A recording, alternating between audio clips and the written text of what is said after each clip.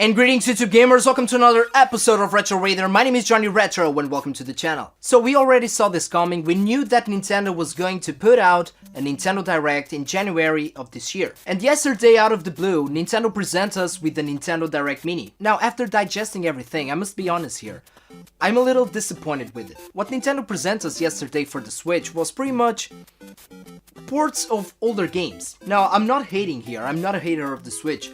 I'm loving the Nintendo Switch. The Nintendo Switch is that system that it really brought me back to Nintendo. You know, the concept of playing video games on the TV and bring those same games on a portable way, I think that's awesome. And the Switch is doing more than well. I mean, 20 million units sold in less than 1 year. Awesome titles from awesome franchises during the first run. I mean, Breath of the Wild and Super Mario Odyssey. But what the Nintendo Switch needs is some kick-ass, iconic franchises brought back for the Switch with brand new games made for it. So I have a small list here from yesterday, and not everything is bad. First of all, we have The World Ends With You. This is a game that it has been under my radar for a very long time, but you know, again, it is a game with 10 years old. It's a port from a DS game, and I don't own it for the DS.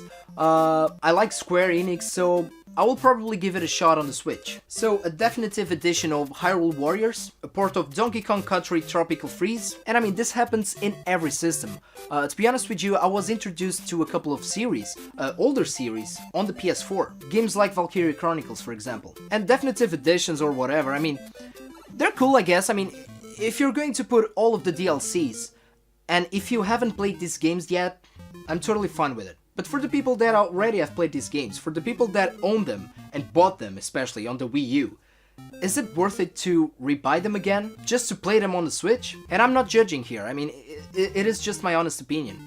Me, for example, I'm just not that type of consumer. Then we got stuff like Ys 8 and Payday 2. Again, if you own these games in other platforms, is it worth it to buy them for the Switch? It's all up to you. Dark Souls Remastered, a game that was released 6 years ago. I'm not very excited about that on the Switch. So yeah, Nintendo is recycling a lot of stuff.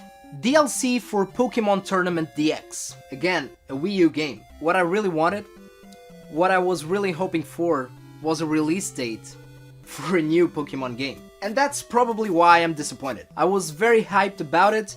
I still think it's going to happen this year.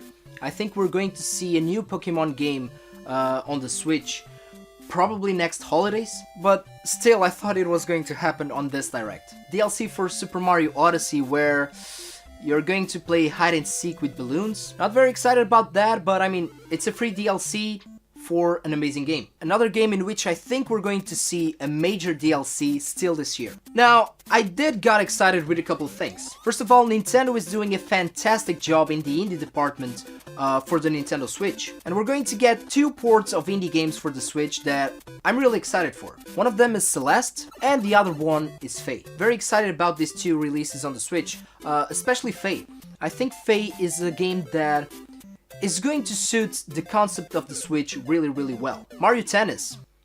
I don't like the previous Mario Tennis games, but this one got me excited because it's going to have a story mode. I think the story mode will bring a couple of RPG elements to the game, boss battles. So this one, yeah, is going to be under my radar for sure. Kirby Star Allies, this is a game that I think is going to play beautifully. And SNK Heroines Tag Team Frenzy. Very cool concept indeed. I mean, a standalone game where you can play female characters from SNK franchises. I'm a huge fan of SNK fighters, and I'm very excited with this one. Now, with all that being said, I still think that 2018 is going to be a big year for the Nintendo Switch. But what the Switch really needs is, you know, the iconic franchises on it in the form of brand new original games designed for the Switch. And it also needs third-party exclusives. Again guys, this is just my opinion, but I would really like to hear yours, so feel free to leave your thoughts on the comment section below. Were you excited with the Nintendo Direct Mini? Are you guys disappointed with it? Share your thoughts in the comment section below.